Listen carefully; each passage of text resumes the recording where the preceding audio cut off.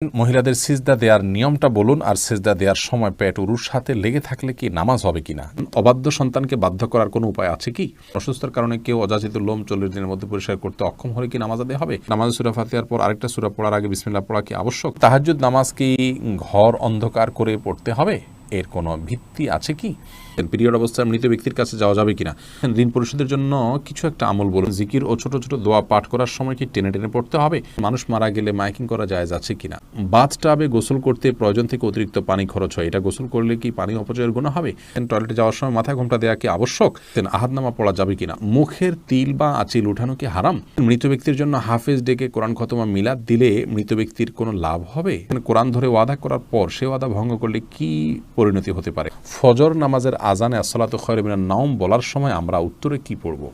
আমাদের দেশে সচরাচর দেখা যায় মৃত ব্যক্তিকে গোসল দেওয়ার পর গোসল দেওয়ার স্থানে 41 দিন পর্যন্ত কাউকে যেতে মানা করা হয়। সেখানে সন্ধ্যাবেলা 41 দিন পর্যন্ত আগরবাতি বা মোমবাতি জ্বালানো হয়। এটা কি শরীয়ত সম্মত? গর্ভবতী মেয়েরা যদি ব্যাক পেনের কারণে বসে নামাজ আদায় করেন তাহলে কি সঠিক হবে? দুশ্চিন্তা থেকে মুক্তির উপায় কি? প্রতিবন্ধী শিশুরা কি বাবা মায়ের পাপের ফসল? ওযু করার পর প্রাইভেট অর্গানে হাত স্পর্শ করলে কি ওযু ভেঙে যাবে? মৃত ব্যক্তির গোসল দিয়ে টাকা নেওয়া জায়েজ আছে কিনা? মন থেকে হিংসা দূর করার উপায় কি? অনেক সময় হাজব্যান্ডকে রাগ করে গজব দিয়ে ফেলি, পরে আফসোস লাগে, এতে কি গজব হাজব্যান্ডের উপরে পড়বে? টিভিতে নাটক শিরকের দৃশ্য দেখলে শিরকের গুনাহ হবে কি না? যেসব নারীর সন্তান প্রসবের 40 দিনের পরেও রক্ত প্রবাহ বন্ধ না হয় তারা কিভাবে বাদবন্দি করবেন? আমরা আর বিলম্ব না করে চলুন আপনাদের গুরুত্বপূর্ণ প্রশ্নগুলোর উত্তর দেওয়ার আলোকিত ভুবনে প্রবেশ করি। বেলাল, আপনি জানতে চেয়েছেন যেসব নারীর সন্তান প্রসবের 40 দিনের পরেও রক্ত প্রবাহ বন্ধ না হয় তারা কিভাবে বাদবন্দি করবেন? 40 দিন পার হওয়ার পরেও যদি রক্ত প্রবাহ বন্ধ না হয়, নেফাস বন্ধ না হয়, তাহলে সেক্ষেত্রে তারা সম্পূর্ণ স্বাভাবিকভাবে সকলে বাদবন্দিকে সম্পাদন করতে পারবেন। সেখানে কোনো আজকাল তো অনেক কিছু ব্যবস্থা রয়েছে যাতে করে ব্লাড যেখানে সেখানে না পড়ে, সে ব্যবস্থাপনা গ্রহণ করার পর তিনি এবাদতবন্দি স্বাভাবিক করতে পারবেন। 40 দিনের পরে আর তার ব্লিডিং হলেও তাকে নেফাসে আক্রান্ত বা এটাকে আপনার প্রসব পরবর্তী যে ব্লিডিং বলা হয়ে থাকে সেটির মধ্যে গণ্য করা হবে না। রহিমা চম্পা জানতে চেয়েছেন টিভিতে নাটক শিরকের দৃশ্য দেখলে শিরকের গুনাহ হবে কি না? শিরকের দৃশ্য দেখানো হলে সেটি আমরা যদি দেখতে থাকি আমাদের কাছে বিষয়টা সহজাত এবং স্বাভাবিক হয়ে যেতে পারে। এই জায়গা থেকে এগুলো দেখা থেকে আমাদের বিরত থাকা উচিত। শুধু নিছক ধারণার জন্য যে কীভাবে শিরক হয়ে থাকে আপনি জানলেন এবং সেটা ভয়াবহতা সম্পর্কে আঁচ করলেন যে মানুষ কীভাবে তারই নিজের হাতে করা সৃষ্টিকে কীভাবে পূজা করছে, আপনি জাস্ট ধারণা নেওয়ার জন্য দেখলে সেটি গুনাহের কারণ হবে না। কিন্তু এইভাবে অহরহ যদি আপনি দেখতে থাকেন, বিশেষ করে নাটক সিনেমাতে, আপনার হিন্দি ফিল্ম ইত্যাদিতে যদি অনবরত এগুলো প্রদর্শন করা হয়, যেহেতু হিন্দুরা এগুলো করে থাকেন তাদের সামাজিক কালচার অংশ হিসাবে, সেগুলো দেখতে দেখতে আমাদের কাছে সহনীয় হয়ে যেতে পারে। সেজন্য এগুলো দেখা ওইভাবে অ্যাভয়েড করা উচিত। মোহাম্মদ মিজানুর রহমান জানতে চেয়েছেন, আপনি একটা আলোচনায় বলেছেন রাগের মাথায় তালাক বললেও তালাক কার্যকর হয়ে যায়। এটা দেখে আমার স্ত্রী আমাকে তালাক দিয়েছে। আপনার কথার কোরআন হাদিসের আলোকে ব্যাখ্যা চাই। নবী করিম সাল্লাল্লাহু আলাইহি ওয়াসাল্লাম বলেছেন, সালাতুন জিদ্দুহুন্না জিদ্দুন ওয়া হাজলুহুন্না জিদ্দুন, তিনটি কাজ মানুষ সিরিয়াসলি করলে যা হয়, দুষ্টুমি করে করলেও তা হয়, এগুলো ঘটে যায়। তার মধ্যে থেকে একটি হলো তালাক। অতএব তালাকের এই বিষয়টি খুবই সিরিয়াস, এটা স্পর্শকাতর। বিধায় রাগের মাথা তালাক দিলেও তালাক হবে। কিন্তু রাগ যদি কারণ এরকম হয় যে রাগের কারণে কী বলেছেন তিনি নিজেও জানেন না, এত বেশি রাগ হয়ে গেছে, তাহলে সেক্ষেত্রে সেটি তালাক পতিত হবে না। তবে আপনার স্ত্রী আপনাকে তালাক দিয়েছেন, স্ত্রী যদি বলেন এইভাবে যে আমি তোমাকে তালাক দিলাম, এভাবে বললে তালাক হবে না। এবং স্ত্রীর অর্পিত তালাকের যে পাওয়ার আছে সেটা তিনি কখন খাটাতে পারেন, কিভাবে সেটার প্রয়োগ করতে পারেন, এগুলো আলোচনা সাপেক্ষ বিষয়। এজন্য এই নির্দিষ্ট বিষয়ে কোনো দক্ষ আলিমের সাথে আপনি দেখা করে কোনো দারুল ইফতাতে গিয়ে আপনি আপনার বিষয়টি ফতোয়া নেবেন ইনশাআল্লাহ। এরপরে উম্মে সালমা রিহা, আপনি ইউটিউব চ্যানেলে প্রশ্ন করেছেন, অনেক সময় হাজব্যান্ডকে রাগ করে গজব দিয়ে ফেলি, পরে আফসোস লাগে, এতে কি গজব হাজব্যান্ডের উপরে পড়বে? না বোন, এর কারণে হাজব্যান্ডের উপর গজব পড়বে না। কোরআনে কারিমের একটি আয়াত থেকে স্পষ্ট বোঝা যায় যে রাগের মাথায় যখন মানুষ এই ধরনের বদদোয়া দিয়ে ফেলে, আল্লাহ রাব্বুল আলামিন সেগুলোকে বাস্তবায়ন করেন না। এবং তবে এটি একটা অন্যায় কাজ। মুমিন কখনো কথায় কথায় অভিসম্পাতকারী হতে পারে না। নবী করিম সাল্লাল্লাহু আলাইহি ওয়াসাল্লাম বলেছেন, ঈমানদার কখনো লাআন হয় না, লাআনত করবে, অভিসম্পাত করবে, বদদোয়া করবে কথায় কথা, এটি ঈমানদারের চরিত্র নয়। অতএব সবর এবং ধৈর্যের পরাকাষ্ঠা প্রদর্শন করতে হবে ভালো ঈমানদার হওয়ার জন্য। এরপরে মনিরা মনি জানতে চেয়েছেন মন থেকে হিংসা দূর করার উপায় কি। কারোর প্রতি যদি হিংসা হয় তার জন্য বেশি বেশি দোয়া করবেন, তাকে বিশেষ উপঢৌকন দিবেন, হাদিয়া দিবেন, তার কল্যাণ চেয়ে আল্লাহর কাছে আরও বেশি দোয়া কামনা করবেন, দোয়া করবেন। এগুলোর মাধ্যমে ইনশাআল্লাহ মন থেকে আপনার হিংসা দূর হবে। এগুলো শুধু পরামর্শ, কোরআন হাদিস থেকে বাতানো কোনো আমল নয়। সেই সাথে আপনার অন্তরকে পরিচ্ছন্ন করবার জন্য আল্লাহ তাআলার কাছে দোয়া করবেন। আল্লাহুম্মা তাহির কলবি মিনান নিফাক ওয়া আমালি মিনার রিয়া ওয়া লিসানি মিনাল কিযব ওয়া আইনি মিনাল খিয়ানা। এই সমস্ত দোয়াগুলোতে আমাদের অন্তরকে পরিচ্ছন্ন করা, বিভিন্ন অঙ্গ প্রত্যঙ্গকে গুনাহ থেকে পরিচ্ছন্ন করার জন্য আল্লাহর কাছে সাহায্য চাওয়া হয়। সেভাবে আল্লাহর কাছে আমরা সাহায্য চাইব। আর যার প্রতি হিংসা হয় চিন্তা করবেন যে এটি আল্লাহর ফয়সালা। আপনি যদি তার হিংসা করেন তাহলে কেমন যেন আল্লাহর ফয়সালাকে আপনি মানছেন না, কেমন জানি আল্লাহর ফয়সালার বিরুদ্ধে আপনি অবস্থান নিচ্ছেন। এটি অত্যন্ত গর্হিত এবং জঘন্য একটি বিষয়। সেটি আমরা যখন চিন্তা করব, কল্পনা করব, ভাববো, তখন ইনশাআল্লাহ বিদিনিল্লাহ বিষয়গুলো আমাদের কাছে সহনীয় হবে, সহজ হবে। আমাদের মধ্যে আর হিংসা থাকবে না যে আল্লাহ তাকে দিয়েছেন, এতে আমার খারাপ লাগবে কেন, আল্লাহ পছন্দ করেন দেখেই তো দিয়েছেন। অথবা আল্লাহর ফয়সালা আমার আপত্তি থাকলে তো ইমান নিয়ে টানাটানি হবে। হ্যাঁ, আল্লাহ আমাকেও দেখ, সেটি ভিন্ন বিষয়। আবু বকর সিদ্দিক ওয়াইজ এআডি থেকে আপনি জানতে চেয়েছেন মৃত ব্যক্তির গোসল দিয়ে টাকা নেওয়া জায়েজ আছে কিনা। গোসল দেওয়াটা মুসলিমদের কর্তব্যের অংশ, দাফন, গোসল, কবর দেওয়া। এই জন্য এগুলো দিয়ে কোনো মানুষ সেগুলো করে টাকা নেওয়াটা তার জন্য উচিত নয়, এটা জায়েজ নয় তার জন্য। নামাজে সূরা পড়ার ব্যাপারে কি ধারাবাহিকতা মানতে হয়? ধারাবাহিকতা রক্ষা করা উত্তম, ভালো। যদি কোনো কারণে ধারাবাহিকতা বিচ্ছিন্ন হয়ে যায়, ওলামা ইকরাম সেটাকে মাকরুহ বলেছেন, অপছন্দনীয় এবং অনুচিত বলেছেন। তবে স্বাভাবিক অবস্থায় ধারাবাহিকতা রক্ষা করা উচিত। এরপরে আবু সিদ্দিক হানিফ জানতে চেয়েছেন ঘরে বিড়াল থাকলে নাকি নামাজ হয় না, এটা কি সত্য কথা? না, এটার কোনো ভিত্তি নেই। ঘরে বিড়াল থাকলে নামাজ হবে না কেন? নামাজ হবে। আর দীপু জানতে চেয়েছেন অজু করার পর প্রাইভেট অর্গানে হাত স্পর্শ করলে কি অজু ভেঙে যাবে? ইমাম আবু হানিফা রাহিমাহুল্লাহর মত অনুযায়ী অজু ভাঙবে না, এবং এর সপক্ষে অনেকগুলো দলিল এবং যুক্তি আছে, বিভিন্ন স্পষ্ট হাদিস রয়েছে। যদিও অনেক ইমামদের মতে যদি কোনো আড়াল ছাড়া স্পর্শ মানে সরাসরি স্পর্শ করেন তাহলে সেক্ষেত্রে অজু ভঙ্গ হবে। মোহাম্মদ মোজাম্মেল হোসেন আপনি জানতে চেয়েছেন প্রতিবন্ধী শিশুরা কি বাবা মায়ের পাপের ফসল? প্রতিবন্ধী শিশুরা কখনোই বাবা বা মায়ের কিংবা বাবা মা উভয়ের কোনো পাপের ফসল হতে পারেন না। আল্লাহ রাব্বুল আলামিনের অমোঘ বিধান হলো একজনের পাপের প্রায়শ্চিত্ত আরেকজনকে করতে হয় না, একজনের পাপের বোঝা আল্লাহ রাব্বুল আলামিন আরেকজনের উপরে চাপান না। বাবা মা যদি পাপ করে থাকেন তো তাদের পাপ তাদেরকে পাবে, তাদের পাপের কারণে সন্তান প্রতিবন্ধী হবে এমন কোনো কথা ইসলামী শরীয়ত অ্যালাউ করেন। এটা সম্পূর্ণ ভুল এবং কুসংস্কারাচ্ছন্ন একটি বিশ্বাস। এই বিশ্বাস থেকে আমাদেরকে বেরিয়ে আসতে হবে যদি কারোর মধ্যে বিশ্বাস থাকে। বরং প্রতিবন্ধী শিশু, এই শিশু আল্লাহ তাআলার পক্ষ থেকে মা বাবার জন্য অনেক বড় পরীক্ষার বিষয়। তারা যদি এটিকে সবরের সাথে, ধৈর্যের সাথে প্রতিপালন করেন তাহলে ইনশাআল্লাহ বিদিন আল্লাহর কাছে তারা মহা পুরস্কার পাবেন। এ বিষয়ে আমরা মুসনাদ আহমদের একটি হাদিস পাই, তিরমিজির একটি হাদিস পাই। নবী সাল্লাল্লাহু আলাইহি ওয়াসাল্লাম বলেছেন যে একজন ইমানদারের নিজের প্রতি আল্লাহ তাআলা তাকে পরীক্ষা ফেলেন, তার মধ্যে বিপদ দেন, তার শরীরের মধ্যে অর্থাৎ রোগবালাই দিয়ে। আবার কখনো তার সন্তানকে দিয়ে তাকে আল্লাহ তাআলা পরীক্ষা করেন। আবার কখনো সম্পদের মধ্যে কোনো প্রকার ক্ষয়ক্ষতি দিয়ে আল্লাহ তাআলা পরীক্ষা করেন। হাদিস থেকে বোঝা যায় যে সন্তানের মধ্যে কোনো প্রকার ক্ষয়ক্ষতি হওয়া, সন্তান বিকলাঙ্গ হওয়া কিংবা প্রতিবন্ধী হওয়া, এগুলো সবগুলো আল্লাহ তাআলার পক্ষ থেকে পরীক্ষা। আর এই পরীক্ষা যদি কেউ সবর করতে পারেন এবং আল্লাহ তাআলার এই পরীক্ষায় উত্তীর্ণ হওয়ার চেষ্টা করেন, আল্লাহর সিদ্ধান্তকে মেনে নেন এবং এই কষ্টকে সহ্য করেন আল্লাহ তাআলার ফয়সালার প্রতি সন্তুষ্টির কারণে, তাহলে আল্লাহ রাব্বুল আলামিনের সাথে এই ব্যক্তি সাক্ষাৎ করবে কিয়ামতের ময়দানে এমত অবস্থায় যে তার কোনো গুনাহ থাকবে না। হাদিসটি তিরমিজিতে বর্ণিত হয়েছে। অন্য আরেকটি হাদিসে আসছে নবী সাল্লাল্লাহু আলাইহি ওয়াসাল্লাম বলেছেন ইন্না আযমাল জাযাই মা আযমাল বালা, নিশ্চয়ই আল্লাহ রাব্বুল আলামিনের পক্ষ থেকে পরীক্ষা যত বড় হবে তার জন্য পুরস্কারও তত বড় হবে। অতএব কোনো বাবা মা যদি প্রতিবন্ধী সন্তান জন্ম দেন তাহলে তাদের জন্য এটি অনেক বড় পরীক্ষা, তাদের প্রতিদান আল্লাহর পক্ষ থেকে অনেক বড় হবে ইনশাআল্লাহ বিদিনা, যদি তারা সবর করতে পারেন। মুসনাদ আহমদের এক বর্ণনায় এসছে যে নবী সাল্লাল্লাহু আলাইহি ওয়াসাল্লাম বলেছেন কোনো ব্যক্তি যখন অসুস্থ হয়, রুগ্ন হয় বা তার শরীরে কোনো ত্রুটি থাকে, কোনো প্রকার প্রতিবন্ধকতা থাকে, তখন আল্লাহ রাব্বুল আলামিন ফেরেশতাদেরকে বলেন যে আমার বান্দা যতটুকু আমল করতে পারে এই তার প্রতিবন্ধকতা নিয়ে সেটুকু তোমরা লিপিবদ্ধ করো তার জন্য। এরপরে তাকে যদি আমি সুস্থতা দিয়ে দেই তাহলে তো যেটুকু তার অসুস্থতা ছিল, প্রতিবন্ধকতা ছিল, সেগুলো থেকে এটি কাফারা হয়ে গেল এই কষ্ট সহ্য করার কারণে। তার কোনো গুনাহ, ভুল, ত্রুটি, বিচ্যুতি ইত্যাদি থাকলে সেগুলো আল্লাহ কাফারা দিয়ে দিবেন। আর যদি সেই ব্যক্তি অবস্থায় মৃত্যুবরণ করে, তবু আল্লাহ তাআলা তার প্রতি অনুগ্রহ করবেন, রহমত করবেন এবং তাকে মাগফিরাত নসিব করবেন। অতএব বিকলাঙ্গ হওয়া এটা কোনো দোষের বিষয় নয়। আর সন্তান বিকলাঙ্গ হলে সেটা বাবা মার পাপের ফসল, এই কথাটি মূর্খতা সুলভ কথা, এর সাথে কোরআন হাদিসের কোনো সম্পর্ক নেই। জাকারিয়া হাসান জানতে চেয়েছেন দুশ্চিন্তা থেকে মুক্তির উপায় কি? দুশ্চিন্তা থেকে মুক্তির সর্বপ্রধান উপায় হলো আল্লাহ রাব্বুল আলামিনের সাথে কথা বলা।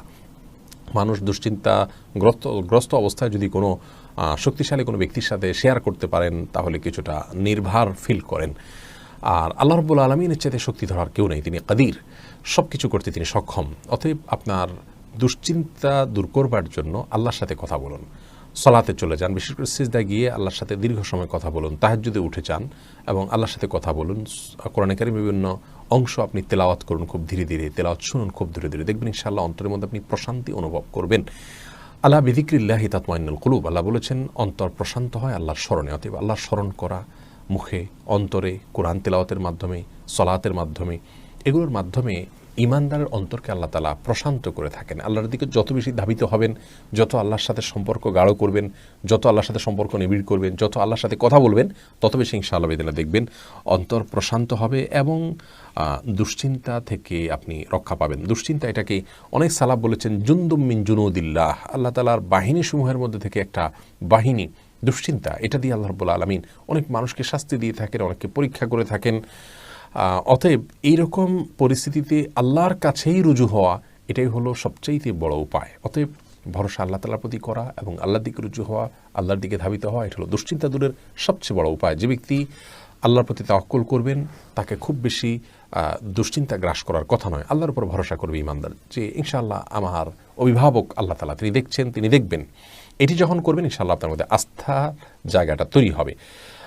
যদি কোনো মানুষ তার তাওহীদ খুব মজবুত থাকে, আল্লাহর প্রতি আস্থা এবং ভরসা তার খুব মজবুত থাকে, তিনি জানেন যে আল্লাহ ছাড়া কেউ ক্ষতি করার কোনো ক্ষমতা রাখেন না, আর আল্লাহ যা লিখেছেন তা খণ্ডাবার করার ক্ষমতা নেই, এই বিশ্বাস যদি কারো মজবুত থাকে, তাহলে কোনো পেরেশানিতে তিনি খুব বেশি ভেঙে পড়ার কথা নয়। যার ঈমান যত মজবুত, তিনি তত পেরেশানিতে শক্ত থাকতে পারেন। আল্লাহ তাআলা আমাদেরকে সহজ করুন এবং সহায় করুন।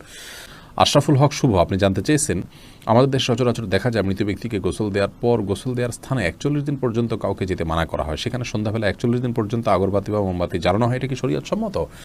কোনো জায়গায় মৃত ব্যক্তিকে গোসল দেওয়া হলে সেখানে এই প্রথাটি আমাদের সমাজে অনেক ক্ষেত্রেই প্রচলিত আছে, যে আগরবাতি বা মোমবাতি ইত্যাদি সেখানে আপনার জ্বালানো হয় এবং সন্ধ্যাবেলা 41 দিন পর্যন্ত এই কাজটি করা হয়। কেউ সেখানে যেতে চাইলে নিষেধ করা হয়। এটি সম্পূর্ণ কুসংস্কার এবং এ ধরনের বিশ্বাসগুলো শিরকি বিশ্বাস, কুসংস্কারচ্ছন্ন বিশ্বাস।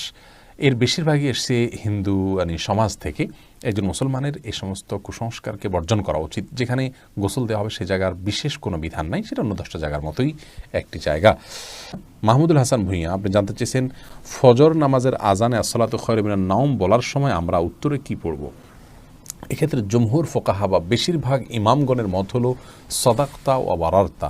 আসসালাতু খায়রুম মিনান নাওম মানে হলো সলাত বা নামাজ, এটা ঘুম থেকে উত্তম। এটি যখন মুয়াজ্জিন বলবেন তখন তাকে বলতে হয় সদাকতা অবারার্তা, অর্থাৎ হে মুয়াজ্জিন তুমি সত্য বলেছো এবং ভালো বলেছো, ভালো কাজ করেছো।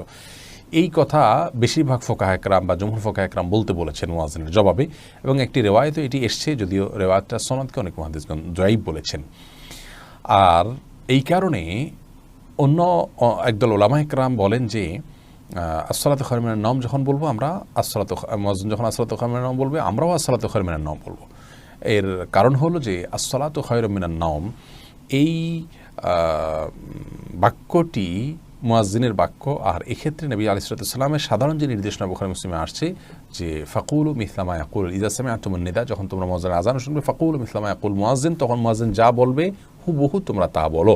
শুধুমাত্র হাইয়া আলাস-সালাহ হাইয়া আল ফালাহর মধ্যে নবী আলাইহিস সালাম ওই হাদিসে লা হাওলা ওয়া কুওয়াতা ইল্লা বিল্লাহ বলতে বলেছেন। অতএব দুইটা বাদে বাকি সবগুলোতেই ওই হাদিসের সাধারণ যে নির্দেশনা সেটা অনুযায়ী আসসালাতু খায়রুন মিনান নওম শুনলে আসসালাতু খায়রুন মিনান নওম অর্থাৎ হুবহু এটা অনুকরণ করার নির্দেশনা দিয়ে থাকেন।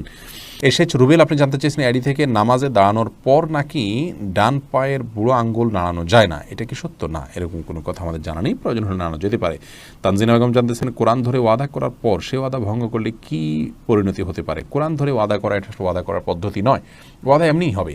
আল্লাহর নামে শপথ করতে চাইলে মুখে বলবেন আল্লাহর নামে আমি শপথ করছি, এটা হলো শপথের সঠিক পদ্ধতি। তানজিমা খানম জানতে চেয়েছেন আহাদনামা পড়া যাবে কিনা। আহাদনামা নামে যেটি প্রচলিত আছে আমাদের বিভিন্ন ওজিফার বই গ্রন্থগুলোতে বইতে আমরা পাই, এই আহাদনামা পড়ার কোনো নির্দেশনা কোরআন সুন্নাহ আমাদেরকে দেয়নি। আমাদেরকে ইবাদতবন্দি করতে হবে সুন্নাহ অনুসারে, নবী আলাইহিস সালামের বাতানো পদ্ধতি অনুসারে আল্লাহ তাআলা তাকে মডেল দিয়েছেন, তাকে ফলো করতে হবে। এর বাইরে মনগড়া কোনো কিছুকে ইবাদত হিসাবে আমাদের করা উচিত নয়। তৌফিকুল ইসলাম জানতে চেয়েছেন বাথটাবে গোসল করতে প্রয়োজন থেকে অতিরিক্ত পানি খরচ হয়, এটা গোসল করলে কি পানি অপচয়ের গুনাহ হবে? অপচয়ের বিষয়টি আসলে ভ্যারি করে ব্যক্তির বা কোনো সমাজের লাইফস্টাইলের উপরে। আমরা আজকাল গোসলে যে পানিটা ব্যবহার করি, এমনিতে আপনার টেপে যে গোসল করি অথবা শাওয়ারে যে গোসল করি, সেটাও কিন্তু নবী রাসূলুল্লাহ সাল্লাল্লাহু আলাইহি ওয়াসাল্লাম বা সাহাবায়ে কেরাম যে গোসলে পানি ব্যবহার করতেন তার তুলনায় বহুগুণ বেশি। সেদিক থেকে তাকালে এটাকেও অপচয় বলতে হয়। মূলত যেহেতু আমাদের এখন লাইফস্টাইলটা এই রকম যে আমরা আপনার এভাবে গোসল করি বা এই সিস্টেম আমাদের সমাজে রয়েছে, তো এর মধ্যে থেকে যতটুকু সম্ভব আমাদেরকে অপব্যয় বা অপচয় করার থেকে বেঁচে থাকার চেষ্টা করতে হবে। ধরুন আপনি বাথটাবে গোসলের জন্য যতটুকু পানি লাগে ততটুকু পানি ব্যবহার করলেন, এরপরেও প্রয়োজনে অপ্রয়োজনে আপনি টেপ ছেড়ে দিয়ে রাখলেন, সেটা অপচয় হবে। কিন্তু যতটুকু আপনার প্রয়োজন হবে ততটুকু ব্যবহার করলে ইনশাআল্লাহ বিদিনিল্লাহ অপচয়ের গুনাহ হবে না। এনামুল হক এনাম জানতে চেয়েছেন টাক মাথায় উপরে চুল লাগানো জায়েজ আছে কিনা। টাক ঢেকে আপনার চুল আছে এটি প্রকাশ করা, এটা এক ধরনের আপনার প্রতারণা বলা যেতে পারে, এটি করা অনুচিত এবং একজন ইমানদারের এটি আদর্শ নয় যে আমার যা নাই সেটা আমি মানুষের সামনে প্রকাশ করলাম। মোশাররফ এসকে আপনি যদি অন্য কোনো কারণ থাকে, আপনি রোদে থাকতে হয়, সেখানে আপনি অসুস্থ বোধ করেন, তাহলে আপনি মাথায় কোনো কিছু দিয়ে রাখবেন, কিন্তু আপনার চুল নেই কিন্তু আপনি চুল আছে সেটি প্রকাশ করছেন, এটি অনুচিত এবং একজন ইমানদারের জন্য শোভনীয় কোনো কাজ নয়। মোশাররফ এসকে জানতে চান শোনা যায় যে মুছে লেগে যাওয়া কোনো খাবার খাওয়া হারাম, এটা কি সত্য? না, এটা সত্য না। মুছে যদি খাবার লেগে যায় সেটা হারাম হয়ে যায় এমন না, তবে এটি অস্বাস্থ্যকর, অনুচিত কাজ, অবশ্যই অনুত্তম কাজ।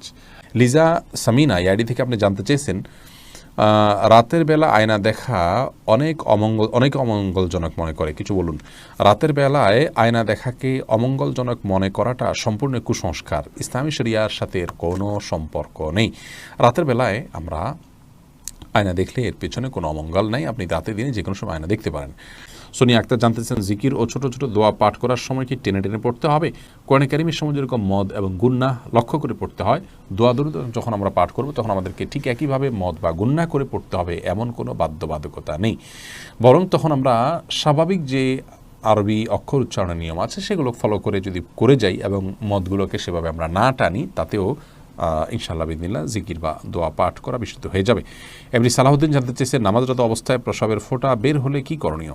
নামাজরত অবস্থায় যদি পেশাবের ফোঁটা বের হয় তাহলে সেটা নামাজ ছেড়ে দিতে হবে এবং কাপড় লাগিয়ে সে অংশ ধুয়ে ফেলতে হবে এবং নাপাক দূর করে টিস্যু ইত্যাদি দিয়ে পানি দিয়ে তারপরে উজু করে তাকে নামাজ পড়তে হবে। আর যদি এটা তার অনবরত বের হতে থাকে এবং 4 রাকাত নামাজের মধ্যে 4 রাকাত নামাজ পড়তে যে পরিমাণ সময় লাগে ধরুন 8-10 মিনিট, এই সময়টুকুও তিনি ফ্রি হন না বা মুক্ত থাকেন না, এর মধ্যেও তার পেশাব এসে পড়ে তার ইচ্ছায় অনিচ্ছায়, এরকম যদি হয় তাহলে সেক্ষেত্রে তার জন্য ওই অবস্থায় সালাত চালিয়ে যাওয়া জায়েজ আছে, কারণ তার পুরো সালাতের ওয়াক্ত জুড়ে কয়েক ঘন্টা জুড়েই অনবরত আসতে থাকে। আর যদি এরকম না হয়, শুধু ওই সালাতের মধ্যে এসছে, তাহলে তার সালাত ছেড়ে সেটিকে পরিচ্ছন্ন করে এসে সালাত আদায় করতে হবে।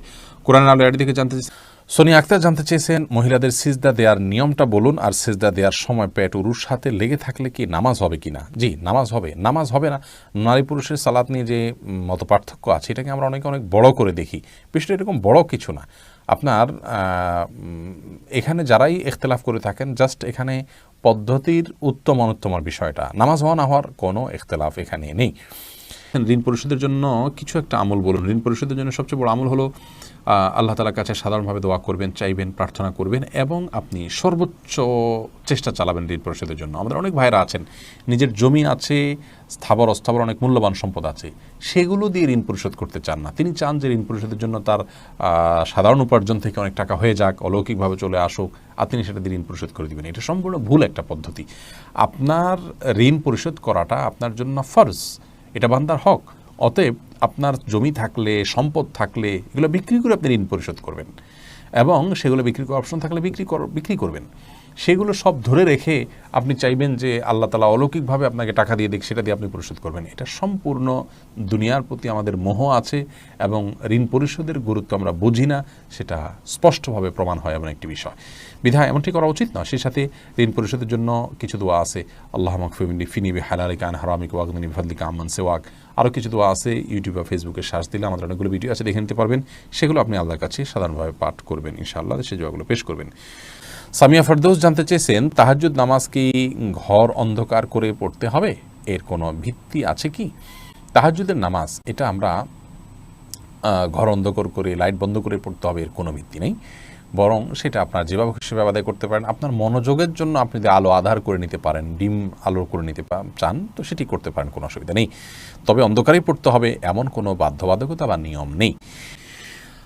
লামিয়া রহমান মোমো জানতে চেয়েছেন, মুখের তিল বা আঁচিল উঠানো কি হারাম? মুখের যে তিল বা আঁচিল আছে এটা যদি দৃষ্টিকটু হয় এবং আমাদের জন্য নানান দিক থেকে ত্রুটিপূর্ণ হয় তাহলে সেটা তোলা যেতে পারে।